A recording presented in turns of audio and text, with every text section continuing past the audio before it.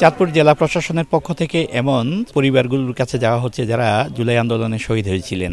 সেই শহীদ আবুল হোসেন থেকে শুরু করে শহীদ ইমাম হোসেন প্রত্যেকের বাড়িতে কিন্তু যাচ্ছে এবং প্রত্যেকের স্মৃতিকে ধরে রাখার জন্য গাছের চারা রোপণ করা হচ্ছে সরকারের পক্ষ থেকে। এর মধ্যে শহীদ পরিবারগুলো সরকারের এইভাবে পাশে দাঁড়ানোর জন্য তারা কৃতজ্ঞতাও প্রকাশ করেছেন। শহীদ পরিবারের সদস্যরা বলেছেন, সরকার যেভাবে তাদের পাশে দাঁড়িয়েছে এটি একটি বিরল ঘটনা। এতে শহীদ পরিবার সরকারের প্রতি বেশ সন্তুষ্টিও প্রকাশ করেন। আমার হাজব্যান্ড 19 জুলাই নারায়ণগঞ্জ সাইনবোর্ড গেছিল, বাসা থেকে 11টা বাজে বাসা থেকে বাইরে এসে আমরা বাসা থেকে অনেক খুঁজছি, আমার হাজব্যান্ডকে আমরা বিশ্রিয়ে পাইনি। এই দিন সকালে আমার খবর এসে 4টা বাজে আমার হাজব্যান্ড এখানে দেশে আসছে। আমরা নারায়ণগঞ্জে অনেক বিচারছি আমার হাজব্যান্ডকে, আমরা পাই নাই। পরের দিন সকালে খুঁজাইছে আমার হাজব্যান্ড দেশে আসছে লাশ।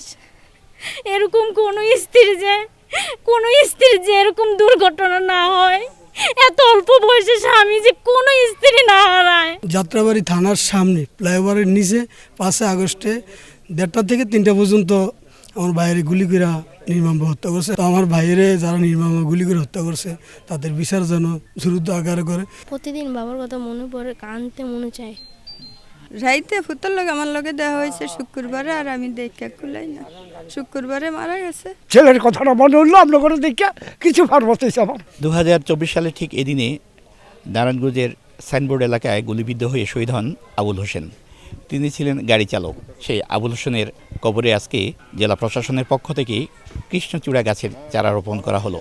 জেলা প্রশাসক জানিয়েছেন যে এই কৃষ্ণচূড়া গাছ একসময় জুলাই বিপ্লবে শহীদ যারা হলো তাদের ইতিহাস রচিত হবে এবং প্রজন্ম থেকে প্রজন্ম সেই ইতিহাস জানতেই থাকবে। সরকার সিদ্ধান্ত নিয়েছে 1 শহীদ এবং 1টি বৃক্ষরোপণ আর কি আমাদের সেই কর্মসূচিটা। সেই কর্মসূচির অংশ হিসেবে আমরা প্রতিটা শহীদ পরিবারের স্মরণার্থে একটা করে আমরা বৃক্ষরোপণ করছি। আশা করি এই বৃক্ষটা একদিন আমাদের এই শহীদদের যে ইতিহাস সেটা সবার সামনে বর্ণনা করবে। স্থানীয় লোকজন বলছেন, এইভাবে যারা জুলাই বিপ্লবে আত্মহতি দিয়েছে তাদেরকে যেন শুধু এমন একটি বিশেষ দিনে স্মরণ নয়, যুগ যুগান্তর থেকে তাদেরকে যেন স্মরণ করা হয়। ফারুক আহমদ, সময় সংবাদ, চাঁদপুর।